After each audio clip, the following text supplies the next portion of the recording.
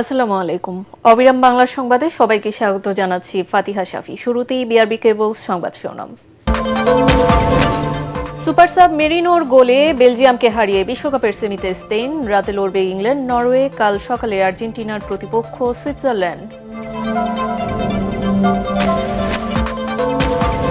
বন্যা মোকাবিলায় চট্টগ্রামের ৭ উপজেলায় সেনা মোতায়েন, রাঙ্গামাটির সাজেকের সাথে বাগাইহাটের যোগাযোগ বিচ্ছিন্ন, নেত্রকোনায় বিপদসীমা স্পর্শ করেছে নদীর পানি। জমির মালিকদের ল্যান্ড কার্ড দেবে সরকার, জানালেন ভূমিমন্ত্রী। কমবে মালিকানা জটিলতা ও মামলা।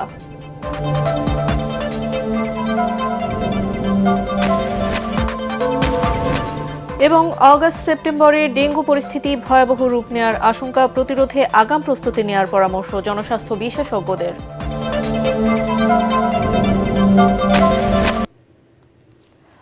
শুনছিলেন বিআরবি কেবল সংবাদ শিরোনাম। এবারে পুরো সংবাদ, আর শুরুতেই আনোয়ার ইস্পাত বিশ্বকাপ সংবাদ।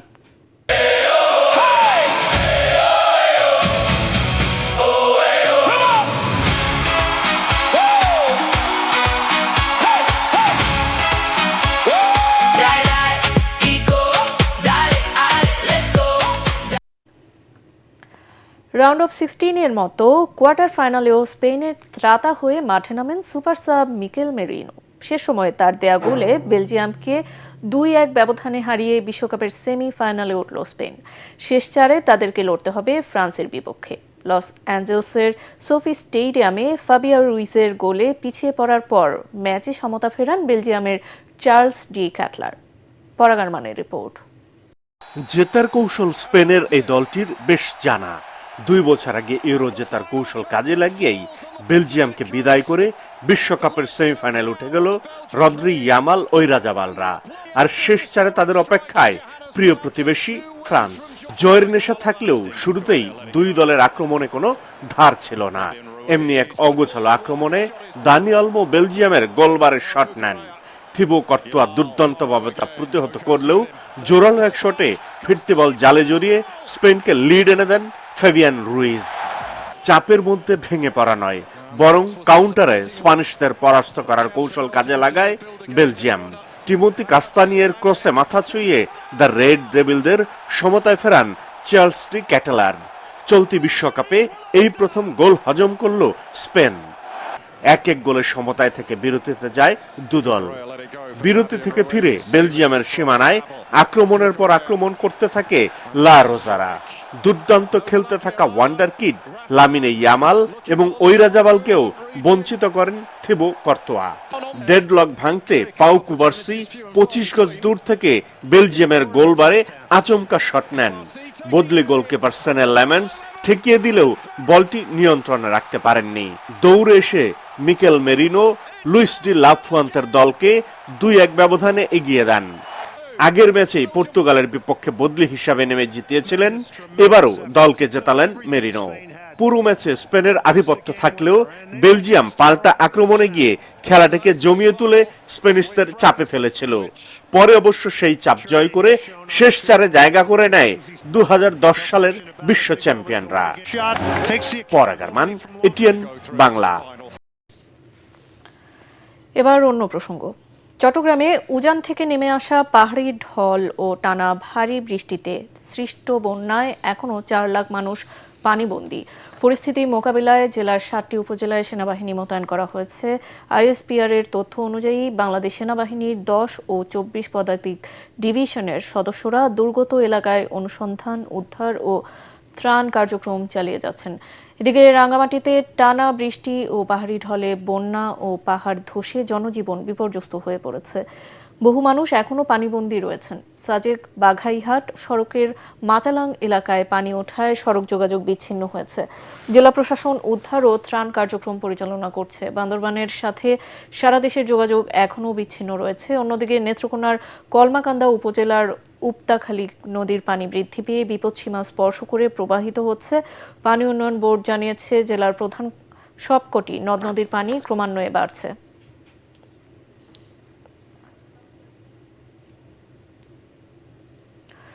সারা দেশে ভারী বৃষ্টি ও বন্যায় ক্ষতিগ্রস্ত মানুষের পাশে দাঁড়াতে প্রশাসন ও দলীয় নেতাকর্মীদের নির্দেশনা দিয়েছেন প্রধানমন্ত্রী তারেক রহমান। বন্যা কবলিত বিভিন্ন জেলার প্রশাসক, পুলিশ সুপার ও সিভিল সার্জনের সঙ্গে কথা বলে পরিস্থিতির খোঁজ নেন তিনি। একই সঙ্গে উদ্ধার, ত্রাণ, চিকিৎসা ও পুনর্বাসন কার্যক্রম আরও সমন্বিতভাবে চালানোর নির্দেশ দেন সংশ্লিষ্ট মন্ত্রণালয়ের মন্ত্রী, সচিব ও কর্মকর্তাদের। এবার জমির মালিকদের ল্যান্ড কার্ড দেওয়ার উদ্যোগ নিচ্ছে সরকার। এই কার্ডে থাকবে জমির সব তথ্য, কমবে মালিকানা জটিলতা ও মোকদ্দমা। এটিএন বাংলাকে এসব তথ্য জানান ভূমিমন্ত্রী মিজানুর রহমান মিনু। তিনি বলেন, সারা দেশে ডিজিটাল সার্ভের কাজ দ্রুতই শুরু হবে। অবৈধভাবে কেউ জমি দখল করলে প্রশাসনকে ব্যবস্থা নেওয়ার নির্দেশ দেওয়া হয়েছে বলেও জানান তিনি। রিপোর্টে জানাচ্ছেন মাহবুব কবির চপল। উপর থেকে সরল রেখায় জমিগুলো দেখা গেলেও ভূমির মালিকানায় প্যাঁচ লেগে আছে বিভিন্ন জায়গায়। 1910 সাল থেকে এখন পর্যন্ত জমির সীমানা নির্ধারণে সিএস, এসএ, আরএস সহ বেশ কয়েকটি জরিপ হয়েছে। তারপরও জমি নিষ্কণ্টক হয়নি। সারা দেশে ভূমি সংক্রান্ত 29 লাখ মামলা রয়েছে। হানাহানিতে প্রাণ যাচ্ছে অনেকের। এ অবস্থা পরিবর্তনে 2022 সালে ডিজিটাল সার্ভের উদ্যোগ নেয় তখনকার আওয়ামী লীগ সরকার। বিভিন্ন স্থানে পাইলটিংয়ের পর এখন সেটা সারা দেশে শুরু করতে যাচ্ছে বর্তমান সরকার। ডিজিটাল সার্ভে আমাদের সারা দেশে কয়েকটা জায়গায় হচ্ছে। আমরা খুব দ্রুতই, কোরিয়া এই বিষয়ে পৃথিবীতে খুবই বিশেষজ্ঞ, তারা আমাদের অফিসারদের সঙ্গে বিভিন্নভাবে বসে আমরা এটা স্বচ্ছতার ভিত্তিতে যেন এটা আমাদের ভূমি ব্যবস্থায় কাজ শুরু করতে পারি, আর সেটা যেন সকল ব্যবস্থা করে। তিনি জানান, জমির মালিকানা নিষ্কণ্টক হবার পর ভূমির মালিকদের ল্যান্ড কার্ড দেয়া হবে। ডিজিটাল সার্ভের পর আমরা চিন্তা করছি যে ভবিষ্যতে মালয়েশিয়া, সিঙ্গাপুরের মতো ভূমি মালিকানার কার্ড সিস্টেম ব্যবস্থা করে দেওয়া, যার ফলে এটা আর কোনোভাবেই ব্যাপক যে তৃতীয় চতুর্থ দালাল পক্ষ অফিসে যে ভিড় করে মানুষকে যে হয়রানি করে, এটা কোনোই সুযোগ থাকবে না। ভূমি কার্ড, সেই কার্ডে কি তার ভূমির যাবতীয় তথ্য থাকবে? সব, তার বাবার কি পরিমাণ জমি ছিল, তার কি পরিমাণ হচ্ছে সন্তান ছিল, ছেলে এবং মেয়ে, তাদের কাছে সেইভাবে আমাদের প্রচলিত আইন অনুযায়ী এটা তাদের কাছে চলে যাবে। তারপরের জেনারেশন আবার ঠিক তার থেকে চলে যাবে। কেউ মানে দাদা মরে গেছে বলে হচ্ছে ছেলে বোনকে ভাগ দিচ্ছে না, এটা সম্ভব না। ভূমি মন্ত্রী জানান, জোর করে কেউ জমি দখল করলে ভূমি অপরাধ প্রতিরোধ ও প্রতিকার আইনে 2 থেকে 7 বছর জেল জরিমানার বিধান রয়েছে। এ বিষয়ে ইউনো কিংবা জেলা প্রশাসক বরাবর অভিযোগ করে প্রতিকার না দিলে ব্যবস্থা নেওয়ার হুঁশিয়ারি দেন তিনি। আমাদের কাছে যেগুলো আসে অভিযোগ, আমরা সেগুলো তাৎক্ষণিক ব্যবস্থা নিই, এবং ব্যবস্থা নিতে গিয়ে যদি যে সমস্ত কর্মকর্তা বা বিভিন্ন টায়ারে কেউ যদি অনিয়মের সঙ্গে অযথা দেরি করে, সেখানে আমরা তার ব্যবস্থা নিই। ভূমি সেবা নির্বিঘ্ন করতে ওয়ান স্টপ সার্ভিস জোরদার করা হয়েছে বলে জানান ভূমিমন্ত্রী। ওয়ান স্টপ সার্ভিসে মাহবুব কবির চপল, এটিএন বাংলা, ঢাকা। আগাম প্রস্তুতি নিতে পারলে আগামী 2 মাসের মধ্যে ডেঙ্গুতে আক্রান্ত ও মৃত্যুর সংখ্যা কমে আসবে বলে জানিয়েছেন জনস্বাস্থ্য বিশেষজ্ঞরা। এজন্য সিটি কর্পোরেশনকে উদ্যোগী হয়ে মহল্লাভিত্তিক প্রতিরোধ কমিটি করার পরামর্শ তাদের। কীটতত্ত্ববিদ অধ্যাপক ডক্টর কবিরুল বাশার জানান, অগস্ট ও সেপ্টেম্বরে ভয়াবহ রূপ নেবে ডেঙ্গু পরিস্থিতি। মিজান শাহজাহানের রিপোর্ট। ডেঙ্গু এখন আর শহরে সীমাবদ্ধ নেই, গ্রামেও বাড়ছে আক্রান্তের সংখ্যা। এই বাস্তবতায় সরকারি হাসপাতালে ডেঙ্গু শনাক্তের পরীক্ষা বিনামূল্যে করার নির্দেশনা দিয়ে প্রজ্ঞাপন জারি করেছে সরকার। থেমে থেমে বৃষ্টির কারণে এডিস মশার বংশবিস্তার বাড়বে বলে আশঙ্কা কীটতত্ত্ববিদদের, যার চূড়ান্ত বহিঃপ্রকাশ দেখা যাবে আগামী 3 সপ্তাহ পর। তাই বৃষ্টির পানি যাতে 3 দিনের বেশি জমে থাকার সুযোগ না পায়, সেজন্য ব্যবস্থা নেওয়ার সুপারিশ জাহাঙ্গীরনগর বিশ্ববিদ্যালয়ের অধ্যাপক ডক্টর কবিরুল বাশারের। এডিস মশার ঘনত্বের যে ইন্ডেক্স, যেটিকে লার্ভাল ইন্ডেক্স বলা হয়, ব্রুটো ইন্ডেক্স বলা হয়, সেই ইন্ডেক্স যখন 20-এর উপরে হয় তখন ধরেই নেওয়া হয় ওই এলাকাতে এডিস মশাবাহিত রোগ বা চিকুনগুনিয়া বা ডেঙ্গু বাড়বে। আমরা একটি প্রেডিকশন মডেল তৈরি করি, সেখানে স্পষ্ট দেখতে পাচ্ছি ডেঙ্গু আগস্ট এবং সেপ্টেম্বরে বেশ ভয়াবহ হতে পারে বেশ কয়েকটি জেলাতে, বিশেষ করে ঢাকা, চট্টগ্রাম বিভাগের বেশ কয়েকটি জেলা, বরিশাল বিভাগের বেশ কয়েকটি জেলা, মাদারীপুর, বাগেরহাট, ময়মনসিংহ, চাঁদপুর, গাজীপুর, মানিকগঞ্জ, নরসিংদী। যেটি করণীয় সেটি হচ্ছে এডিস মশার যে প্রজননস্থল, এই প্রজননস্থল ধ্বংসের কার্যক্রমটা ব্যাপকভাবে চালাতে হবে। জনস্বাস্থ্য বিশেষজ্ঞরা বলছেন, সমন্বিত উদ্যোগেই পারে ডেঙ্গুর ভয়াবহতা রুখে দিতে। এজন্য স্থানীয় বাসিন্দাদের সম্পৃক্ত করে অভিযান জোরদারের তাগিদ এই গবেষকের। ডেঙ্গু প্রতিরোধের ক্ষেত্রে শুধুমাত্র সরকারের দিকে তাকিয়ে থাকলে চলবে না। প্রতিটা পাড়া এবং মহল্লায় একটা কমিটি করতে হবে, ডেঙ্গু প্রতিরোধ কমিটি। সেই কমিটিতে সর্বশ্রেণীর লোক অ্যাড করতে হবে।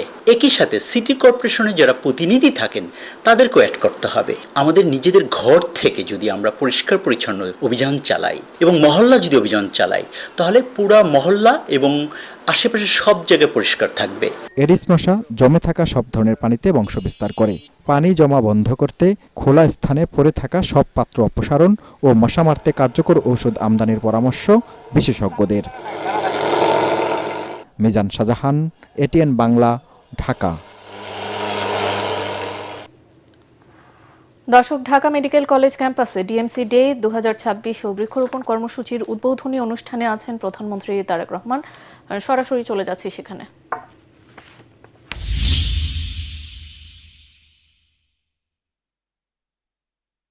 ড্রেনিং করে গ্রাউন্ড ওয়াটার রিচার্জ করব। গ্রাউন্ড ওয়াটার তো নিচে নেমে যাচ্ছে, রেইনটা যাতে সরাসরি গ্রাউন্ডে নিয়ে আমরা গ্রাউন্ড ওয়াটার রিচার্জ পুরোটা রিচার্জে চলে যাবে। আমরা যাচ্ছি স্যার এই রেইনটাকে আমরা এই একটা বয়লা ড্রেনের ভিতরে না প্রতিদিন ব্যবহার করব, ওটা এসটিপি ওটা স্যার রিসাইকেল হয়ে আবার ওভারহেড ট্যাঙ্কে উঠে যাবে স্যার। ওভারহেড ট্যাঙ্কে ফ্লাশিং এ ইউজ হবে। বাইরে থেকে পানি সেভাবে দিতে লাগবে না, সাপ্লাইটা সেভাবে দিতে লাগবে না। এই স্যার এই প্রজেক্টটা এখন একদিকে এই নেক্সট একটাকেই উঠবে স্যার। এটা স্যার আসলে আমরা কাজ শুরু করবো 3 বছর, এটা স্যার 3 বছর। এই স্যার মোটামুটি এই প্রজেক্টটা আমাদের রেডি আছে স্যার। আর এইটা স্যার আমরা একটু দেখি স্যার, একটু জাস্ট স্যার সরে দেন এই রাখ 2000 না আমাদের 26 বছর তো জুনে স্যার জুলাই যদি অ্যাপ্রুভ হয় 27, 28, 29 জুনের মধ্যে শেষ হয়। এটা স্যার হলো একাডেমিক বিল্ডিং, এটা হোস্টেল বিল্ডিং, এটা মসজিদ, এটা মেয়েদের হোস্টেল, এটা স্যার হলো রিটেনশন পন্ড, আর এটা হলো স্যার ডরমেটরি। এখানে স্যার 1800 স্কয়ার ফিটের। দর্শক, এতক্ষণ সরাসরি যুক্ত ছিলাম ঢাকা মেডিকেল কলেজ ক্যাম্পাসে ডিএমসি ডে 2026 ও বৃক্ষরোপণ কর্মসূচির উদ্বোধনী অনুষ্ঠানে, যেখানে সরাসরি আছেন প্রধানমন্ত্রী তারেক রহমান। নির্বাচনী ইশতেহার অনুযায়ী 25 কোটি বৃক্ষরোপণের লক্ষ্যে প্রথম বছর 5 কোটি গাছ লাগানো শুরু করেছে বিএনপি সরকার। এর মধ্যে দেশের স্কুল, কলেজ ও মাদ্রাসায় শিক্ষা মন্ত্রণালয়ের উদ্যোগে পালিত হচ্ছে এই কর্মসূচি। কর্তৃপক্ষ বলছে, বৃক্ষরোপণের পর সার্বিক অগ্রগতি মূল্যায়ন করা হবে, তবে নতুন করে লাগানো গাছের পরিচর্যায় জোর দেওয়ার পরামর্শ পরিবেশবিদদের। দেখুন তৌহিদুর রহমান তুহির 2 পর্বের প্রতিবেদনের শেষ পর্ব। দাবদাহ, বন্যা, লবণাক্ততা কিংবা নদী ভাঙন, জলবায়ু পরিবর্তনের প্রভাব এখন দেশের সব অঞ্চলে। সংকট মোকাবেলায় বড় পরিসরে বৃক্ষরোপণ শুরু করেছে সরকার। নির্বাচনী ইশতেহার অনুযায়ী 25 কোটি বৃক্ষরোপণের অংশ হিসেবে দেশের স্কুল, কলেজ ও মাদ্রাসায় 5 বছরে 5 কোটি গাছ লাগানোর কাজ শুরু করেছে শিক্ষা মন্ত্রণালয়। গেল 29 জুন রাজধানীতে দেশের 29,000-এর বেশি মাধ্যমিক শিক্ষা প্রতিষ্ঠানে একযোগে এই কর্মসূচির উদ্বোধন করেন প্রধানমন্ত্রী তারেক রহমান। তোমার ভাই বোনও বড় হবে। এই উদ্যোগকে সাধুবাদ জানালেও যথাযথভাবে এসব গাছের পরিচর্যায় জোর দিতে বলছেন পরিবেশবিদরা। রক্ষণাবেক্ষণ কে করছে, কেমনে করছে এবং কিভাবে ভবিষ্যতে এটি রক্ষিত থাকবে সেই পরিকল্পনা সহ যাতে ডিজিটাল ডাটাবেস তৈরি থাকে, তাহলে 5 বছর পরে আসলে বর্তমান গাছের সাথে আরো 20 কোটি গাছ বা 25 কোটি গাছ সংযুক্ত হবে। বৃক্ষরোপণের পর সার্বিক অগ্রগতি মূল্যায়ন করা হবে বলে জানালেন জাতীয় বৃক্ষরোপণ ও মনিটরিং সেলের সদস্য। বাংলাদেশে যে গভর্নমেন্টের বিভিন্ন সংস্থা রয়েছে, তারা তো তাদের মাঠ পর্যায়ে বিভিন্ন কর্মী রয়েছেন, তাদেরকে দায়িত্ব দেওয়া হবে আমাদের ইয়থ জেনারেশনকে এ কাজের সাথে সম্পৃক্ত করা হবে। একজন শিক্ষার্থী গাছের পরিচর্যা করবে এবং তাকে একটা স্কলারশিপ দেওয়া হবে। এইভাবে শিক্ষার্থীদের মধ্যে উদ্বুদ্ধকরণ বিষয়টা যদি সরকার গ্রহণ করে তাহলে এটা খুবই সাকসেসফুল হবে। এদিকে পরিকল্পিতভাবে সবুজায়নের মাধ্যমে পরিবেশের ভারসাম্য রক্ষার পরামর্শ নগর পরিকল্পনাবিদদের। বাস্তবতা যেটা হচ্ছে কি, সরকার হয়তো কোথাও কোথাও একটা গাছ লাগায়, কিন্তু আরও যে 5টা গাছ কাটা পড়ছে সেটার ব্যাপারে কিন্তু সরকারের নজরদারি কম। পরিবেশের ভারসাম্য রক্ষায় দেশে বিপুল পরিমাণ গাছ লাগানোর কর্মসূচি বাস্তবায়ন করছে সরকার। এসব বৃক্ষরোপণের পাশাপাশি এগুলোকে যথাযথ যত্ন নিলেই ফল পাওয়া যাবে, এমনই মত পরিবেশবিদদের। তৌহিদুর রহমান তুহি, এটিএন বাংলা, ঢাকা।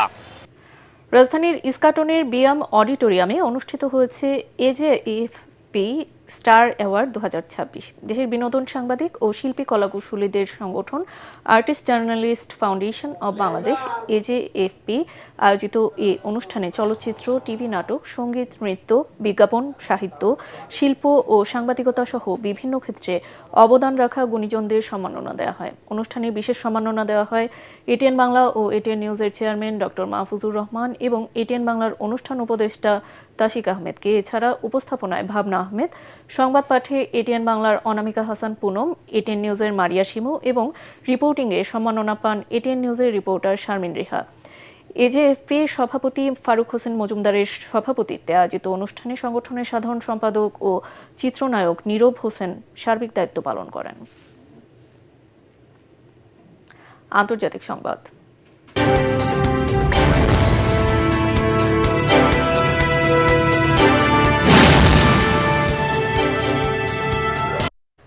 ইরানের জাতীয় অবকাঠামোর উপর হামলা হলে ইসরায়েলকে লক্ষ্য করে পাল্টা আঘাত করা হবে বলে হুঁশিয়ারি দিয়েছেন দেশটির সর্বোচ্চ নিরাপত্তা সংস্থার প্রধান মোহাম্মদ বাকের জোলখাদর। স্থানীয় সময় শুক্রবার রাতে তিনি এই কড়া বার্তা দেন। তেহরান থেকে ফরাসি বার্তা সংস্থা এএফপি জানায়, রাষ্ট্রীয় টেলিভিশনে প্রচারিত এক বিবৃতিতে মোহাম্মদ বাকের জোলখাদর বলেন, যে কোনো হামলার জন্য দায়ী জায়নবাদী শাসন ব্যবস্থা তেহরানের পাল্টা হামলা থেকে কোনোভাবেই নিরাপদ থাকবে না। এবার খেলার খবর।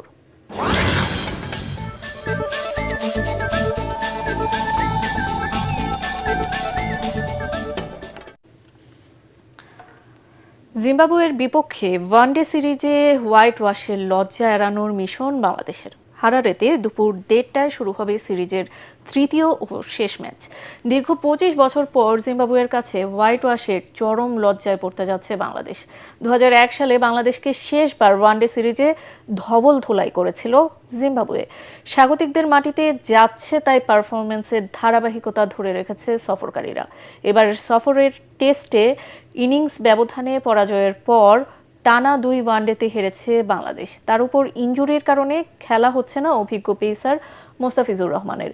সব মিলিয়ে শেষ ওয়ানডেতে মান বাঁচানোর অগ্নি পরীক্ষায় নামতে হচ্ছে বাংলাদেশকে। শেষ করার আগে বিআরবি কেবল সংবাদ শিরোনাম আরও একবার। সুপার সাব মেরিনোর গোলে বেলজিয়ামকে হারিয়ে বিশ্বকাপের সেমিতে স্পেন। রাতে লড়বে ইংল্যান্ড, নরওয়ে। কাল সকালে আর্জেন্টিনার প্রতিপক্ষ সুইজারল্যান্ড।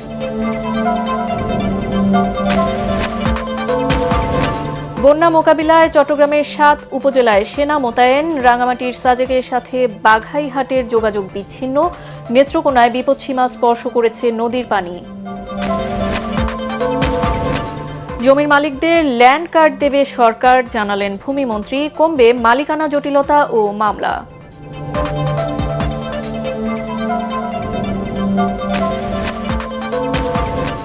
এবং আগস্ট সেপ্টেম্বরে ডেঙ্গু পরিস্থিতি ভয়াবহ রূপ নেওয়ার আশঙ্কা। প্রতিরোধে আগাম প্রস্তুতি নেওয়ার পরামর্শ জনস্বাস্থ্য বিশেষজ্ঞদের। পরবর্তী সংবাদ দেখার আমন্ত্রণ জানিয়ে এখনকার মতো শেষ করছি। আর এটিএন বাংলার সংবাদ ইউটিউবে দেখতে ব্রাউজ করুন youtube/ATN Bangla News। ধন্যবাদ।